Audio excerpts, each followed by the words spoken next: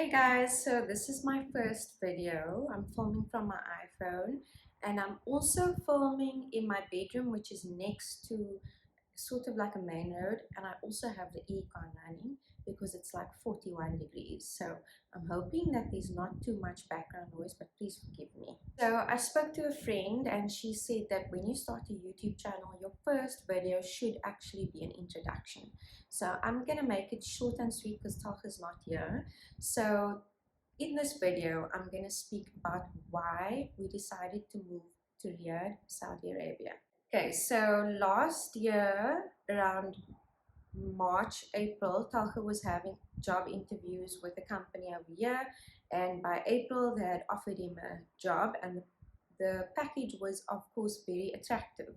So, usually in the Middle East, the packages will be attractive to expats as they try and bring in more expats. So, for example, one of the perks would be that you get annual return tickets free home for you and your family. So that would mean that we would be able to come to South Africa once a year on the company's expense. Yeah, so that's just one of the perks. So Talga decided to take the job, and it was just the right time for us to start a new adventure. And yeah, so why Riyadh specifically? So we did have the option of going to Dubai in the UAE because Talga's company was based in Dubai and in Riyadh. However, we decided to choose Riyadh over Dubai because we were aware of the high cost of living in Dubai, and we actually wanted to do the move or the relocation so that we could save more. And we figured that we wouldn't be able to save as much in Dubai. Okay, so besides for the low cost of living, also it is very safe to live in the Middle East, and living in Saudi Arabia is one of the safest countries to live in the world. The reason why we wanted to move to the Middle East was because we knew that we would be able to travel more.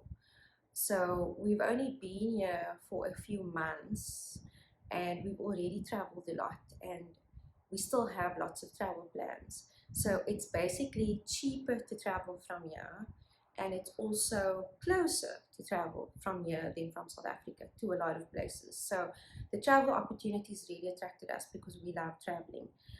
And yeah, we've only been here a few months and we've already traveled so much, and we still have lots of travel plans coming up, which definitely would not have been possible from South Africa.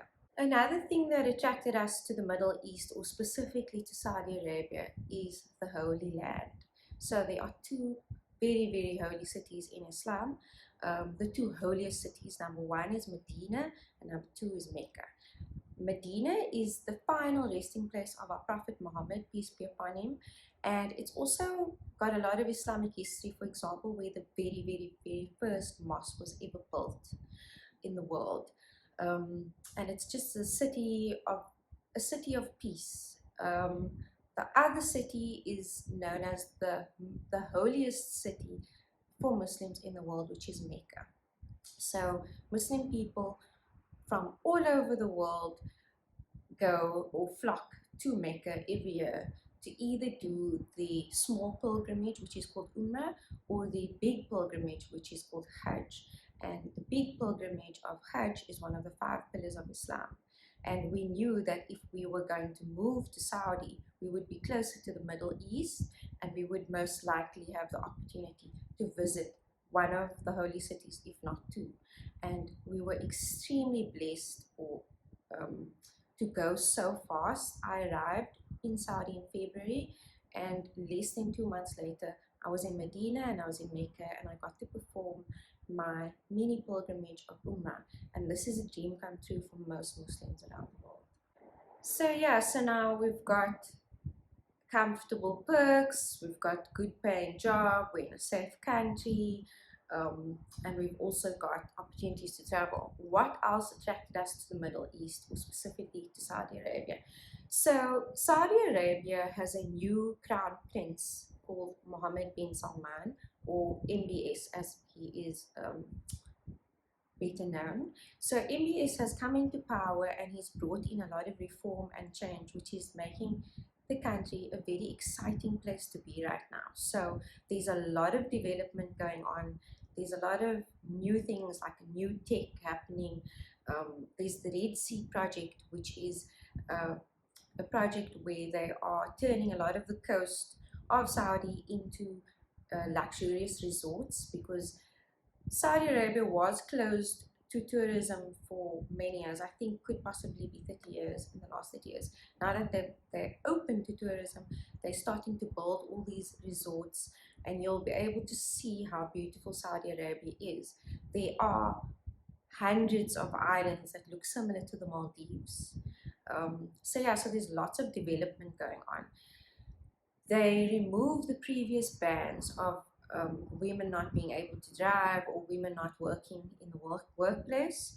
And they also removed the ban of cinemas, and they removed the ban of events. So places are no longer segregated or separated between men and families. They are now, the community is more integrated. There are events like concerts and music festivals, um, Formula One. Um, there's something called the Riyadh season, Jeddah season. There's lots of like amusement parks, and yeah, so there's just a lot of exciting things happening, and there's a lot of new developments, and because of that, there's a lot of opportunity. So we didn't only move here because of Talga's career progression. So I had been working in my makeup career for 10 years. At the time that Talga got the job, I had done 9 seasons of Zara Brides, and I was desperate for a change.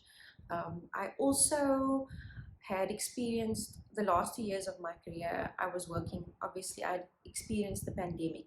I was working in the pandemic, and the pandemic had really knocked my business from all sides. For example, so my business Beauty by Zara, where I import products from overseas and I resell them, so my retail business had been hit by the pandemic because of the increase in the dollar price and the increase in shipping, and there were many times where customs was closed because of lockdowns, and I couldn't get my stock out of customs, so that business was affected.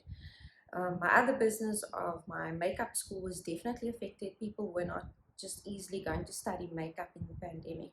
And then obviously my business, my wedding business, Saw Brides, where I did wedding makeup every weekend, that was affected every time the president would close weddings. So I had a lot of issues in my business, but luckily in that time, I had started filming my online school.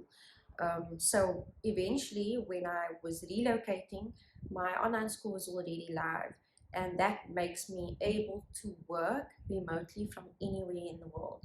So when the opportunity came for us to move, it was perfect for me because I have an online business. I don't need to work in Saudi. I have my students, my business is already running, and it all worked out perfectly. So these are just some of the reasons why we chose Riyadh, Saudi Arabia, and why the opportunity has worked out for us. And I arrived in February, Talha arrived in November, even though he started working remotely from the 1st of May. He started working for a Saudi company, but he started working in Cape Town. So he's already been working for over a year, and I arrived in February. It is now the end of May.